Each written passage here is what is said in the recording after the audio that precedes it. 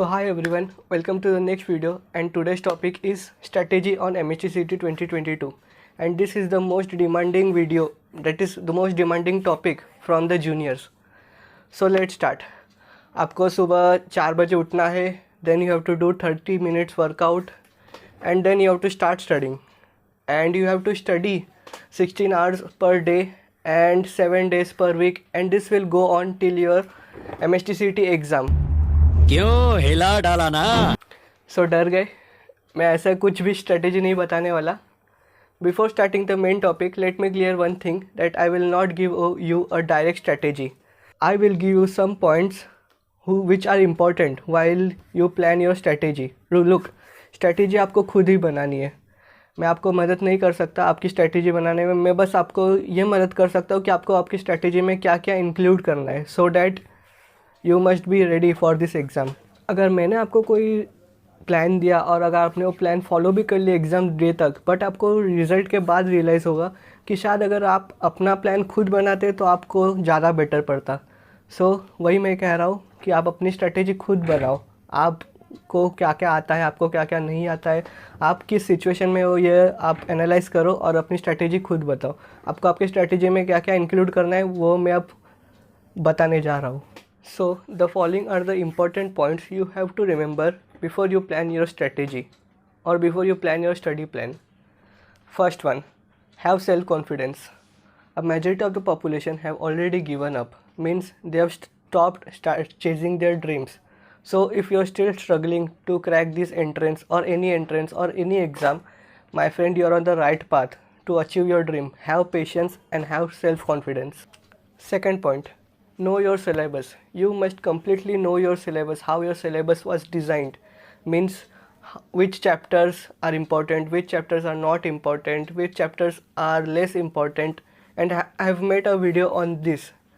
The title was Dependent and Independent Topics, in which I have mentioned which are the dependents and which are the independent topics. Look, for books you must completely have your base on Maharashtra board textbooks plus only one MCQ book, Target, Pradnya or any publication is enough. The third point is invest your maximum time in maths and chemistry. Last year I did a tremendous mistake of giving my 90% of the time to physics preparation. I've started preparing for MHTCT exam seriously before 1 month of the exam, and then too I'd love physics, and that's why I gave 90% of the time to physics. But physics ने धोखा दे दिया. Physics ने exam में demotivate कर दिया और maths और chemistry को कम टाइम देने की वजह से उनमें भी कुछ अच्छा स्कोर नहीं कर पाया. तो my overall performance was very bad. So don't do this mistakes. Give your maximum time to maths and chemistry. They are very much scoring subject. Next point is, while planning your strategy for the exam, you must keep in mind the weightage of the subjects and chapters. Maths is of 100 marks, means 50% of the exam is only based on maths. So try to score as much as possible in maths. If you manage to score 80 plus in maths, 40 plus in chemistry, then you have already scored 120 plus.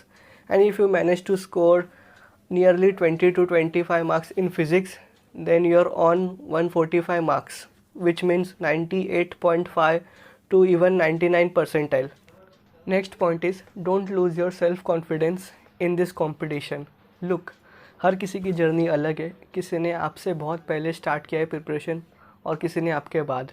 किसी के पास बहुत high qualities of materials and faculties है और किसी के पास कुछ भी नहीं है. तो अपने आप को दूसरे से कंपेयर मत करो कि उसको 190 आ रहा है, उसको 185 आ रहा है और आप तो अभी तक 40-50 पट के पड़े हो. ये नहीं होना चाहिए. And the next thing is, अगर आप किसी से ज़्यादा बेटर कर रहे हो तो आप हवा में मत उड़ो. आपको अपने 100% efforts till the day of exam लगाते रहने हैं, तभी जाके आप कुछ अच्छा रिज़ल्ट ला पाओगे. And one thing is, always try to be better than you were yesterday. And the next very much important point is make self notes. आप टॉपर के नोट्स पढ़ के आप टॉपर नहीं बन जाओगे. आप जब एक कंसेप्ट को अपने लैंग्वेज में, अपने स्टाइल में आप बुक में लिखोगे तो वो बहुत ज़्यादा देर तक आपके दिमाग में रहने वाला है. And that is the most efficient way to study और to remember things. So make yourself handwritten notes and also try to maintain only one single note.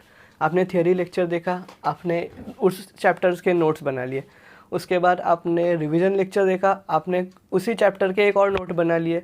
आपने उसके बाद रैपिड लेक्चर देखा, आपने उसी चैप्टर के एक और नोट बना लिए. ऐसा मत करो.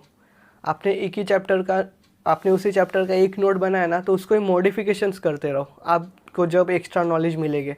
एंड यस, जो कुछ इंपॉर्टेंट पॉइंट्स रहते हैं हर किसी चैप्टर में, हर किसी कंसेप्ट में, उसको ना आप मार्जिन में लिखा करो ऊपर पेज के.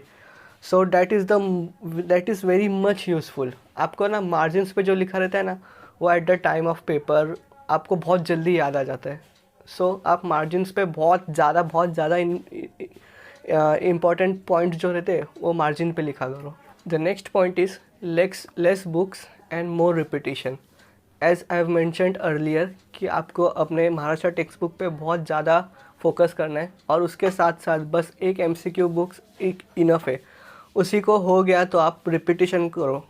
आप दूसरी बार सॉल्व करो, तीसरी बार सॉल्व करो. जब तक आपका एग्ज़ाम नहीं होता आप सॉल्व करते रहो. आप मल्टीपल बुक्स एक बार सॉल्व करोगे, उससे अच्छा आप एक ही बुक मल्टीपल बार सॉल्व करो, आपको ज़्यादा यूज़फुल है. मुझे उन 10,000 मूव से खतरा नहीं है जो तुमने एक बार प्रैक्टिस की है. मुझे उस एक मूव से खतरा है जो तुमने 10,000 बार प्रैक्टिस की है. And one more important thing is, अगर आपको कुछ कंसेप्ट याद नहीं रहते, अगर याद रहते हैं लेकिन थोड़े टाइम बाद आप भूल जाते हो, तो आप है ना मेरे तरह ये जो आपको चार्ट्स दिख रहे हैं, ये सब है ना हर कंसेप्ट में से कुछ इंपॉर्टेंट पॉइंट्स है, उस सब को मैंने लिखा है और अपने दीवारों पे चिपकाया है. तो अगर मैं कभी भी आते जाते रहता हूँ तो मेरी नज़र पड़ती है, या फिर कभी मैं सुबह उठ गया, मुझे बुक नहीं खोलना है, बुक खोलने का मन नहीं है, लेकिन मैं इधर खड़े रह के आराम से चार्ट्स देख सकता हूँ तो और मैं कंसेप्ट फटाक से रिवाइज कर सकता हूँ. So this is also more efficient way to study. So आप ऐसे भी कर सकते हो. The next one of the most important point is PYQs. You have to solve PYQs. PYQs are the most important element for any entrance exams or for any exams. Means आपको एक clear idea मिल जाएगा कि उस exam में किस level के और किस टाइप के क्वेश्चंस पूछे जाते हैं. एंड आई एम 100% श्योर कि PYQ सॉल्व करते करते आपका कॉन्फिडेंस बहुत बढ़ जाएगा, क्योंकि MSTCT में 80% ऑफ द क्वेश्चंस बहुत ईजी रहते हैं. नॉट 80% बट 60% तो ईजी रहते ही है. And try to solve, if you don't have enough time then solve only 2020 and 2021 PYQs. हर साल MSTCT एग्ज़ाम का लेवल बढ़ते जा रहा है, तो इट इज़ ऑलवेज बेटर कि आप 2020 और 2021 के PYQ सॉल्व करो. ये आपको ज़्यादा हेल्प करेंगे रैदर देन आप पिछले 20 साल के PYQ सॉल्व करो. आपके पास टाइम है तो वो भी करो, बट अगर टाइम नहीं है तो ये 2 ईयर्स को ज़्यादा इंपॉर्टेंस दो. मोरेवर ये 2 ईयर्स में मैक्सिमम शिफ्ट्स कंडक्ट किए गए थे, तो आपको पिछले 20 साल के कंबाइंड क्वेश्चंस इतने नहीं मिलेंगे जितने आपको ये 2 ईयर्स में मिल जाएंगे. So give importance to this 2 years PYQs. The next is solve every questions keeping the time limit. Time limit एक बहुत इम्पॉर्टेंट फैक्टर है और टाइम मैनेजमेंट इसका जो बेसिक्स है वो अभी से स्टार्ट होता है. मीन्स आपके प्रिपरेशन से. अगर आप आपके प्रिपरेशन के वक्त से ही हर क्वेश्चन को एक टाइम लिमिट रख के सॉल्व करोगे तो आपको मच यूज़फुल रहेगा आगे टाइम मैनेजमेंट के वक्त. And I will make a detail video on time management. For now you have to keep this 2 things in your mind. First one is that solve every question in the restricted time, and the second most important thing is try to identify the question. आपको questions identify करना आना चाहिए कि ये questions आपसे solve होगा या नहीं होगा, ये क्वेश्चन कम वक्त देगा या ज़्यादा वक्त लेगा. सो अभी से आप ऐसी मेंटेलिटी रखो कि आपको हर क्वेश्चन को आइडेंटिफाई करना आना चाहिए. The next very much important point is mock test. Mock test is an essential tool for solving the time issue and it will prepare you well enough for the actual exam. Look, आपको exam के 1 महीने पहले से mock test देना चालू कर देना चाहिए. एंड मिनिमम आपको 10 मॉक टेस्ट तो देना ही होगा 1 महीने पहले. इतना टाइम क्यों? बिकॉज सिर्फ आपको मॉक टेस्ट ही नहीं देने, आपको उसको एनालाइज भी करना है कि आपके कौन से चैप्टर्स आप भूल गए, आप कौन से कंसेप्ट भूल गए, आपको किस में लेस मार्क्स आ रहा है, आप किस में ज़्यादा वक्त ले रहे हो। सो मॉक टेस्ट के बाद एनालिसिस भी होता है, इसलिए मिनिमम 1 मंथ पहले से तो आपको देना स्टार्ट कर देना ही चाहिए। And the next thing is आपको try to give online mock test. Online mock test will give you habit, will give you experience कि how actual MSTCT exam will be conducted.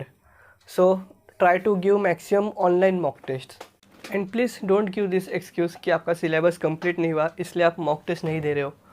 मैं भी अपने वक्त ऐसे सोचता था कि अगर सिलेबस ही कंप्लीट नहीं है तो मॉक टेस्ट दे के भी क्या फ़ायदा, but please trust me, mock test will help you a lot. That's why I am saying please give mock test. The next important point is remember the concept not the formula. अगर आप formula रट रहे हो तो I am 100% sure कि exam में आपको कुछ ना कुछ डिफ़िकल्टीज फेस होगी, या फिर ऐसा होगा कि आपने जो फार्मूला रटा है उसमें जो डेटा चाहिए वो आपको गिवन ही नहीं है। सो इट्स ऑलवेज़ बेटर कि आप कंसेप्ट याद रखो और उससे आप on the spot formula derive करो। अगर कंसेप्ट याद रखने के बाद आपको फार्मूला रटना है तो देन इट्स ओके, आपका टाइम बचेगा। बट अगर आप सिर्फ फार्मूला रट रहे हो तो उसका आपको कुछ भी यूज़फुल नहीं है, कुछ भी यूज़ नहीं है। So please remember the concept not the formula. So remember the concepts and on the spot derive the most suitable formula for the given data. The next point is give importance to 11th standard. बहुत सारे students 11th standards को कम importance देते हैं या फिर skip कर देते हैं, but 11th standard holds 20% of the weightage which means 40 marks. So अगर आप 11th नहीं कर रहे हो तो ऑलरेडी आप 160 मार्क्स का पेपर दे रहे हो, जिसमें से भी आपको कट बिट करके पता नहीं कितना आएगा। सो 11th को इम्पोर्टेंस दो। If you want to get a very good rank, then you must do all the syllabus including the 11th. The next point is short tricks. As I mentioned earlier कि आपको concept पता रहनी चाहिए तभी formula useful है, and that applies in this too कि आपको अगर concepts पता है तभी short tricks useful है। अगर आप सिर्फ short tricks करके जा रहे हो तो उधर जाके आप बहुत बड़े confusion में पड़ने वाले हो। So concepts अच्छे से करो और फिर शॉर्ट ट्रिक्स याद करो। And the last point is practice from now how to skip the steps. You are not giving a board exam, ये आपका बोर्ड एग्ज़ाम नहीं है कि आपको A to Z her step लिखना ही है। सो आप माइंड में स्टेप्स को पहले से कैलकुलेट कर लो कि आपका अगला स्टेप क्या होगा, अगला स्टेप क्या होगा, और ऐसे ही 3-4 स्टेप स्किप करने के बाद आप अगला स्टेप लिखो। आपको यहाँ पे बहुत टाइम रिस्ट्रिक्शन है, बहुत कम टाइम है। सो आपको पता रहना चाहिए कि आपको कौन सा स्टेप स्किप करना है। फॉर एग्जांपल मैं इंटीग्रेशन सॉल्व कर रहा हूँ तो इंटीग्रेशन एक पेज तो जाता ही है, लेकिन आपको वहाँ पे एक पेज पूरा सॉल्व नहीं करना है। आपको बस जो आपको इम्पोर्टेंट लग रहा है वो स्टेप लिखो और फिर डायरेक्ट फटाक से आंसर।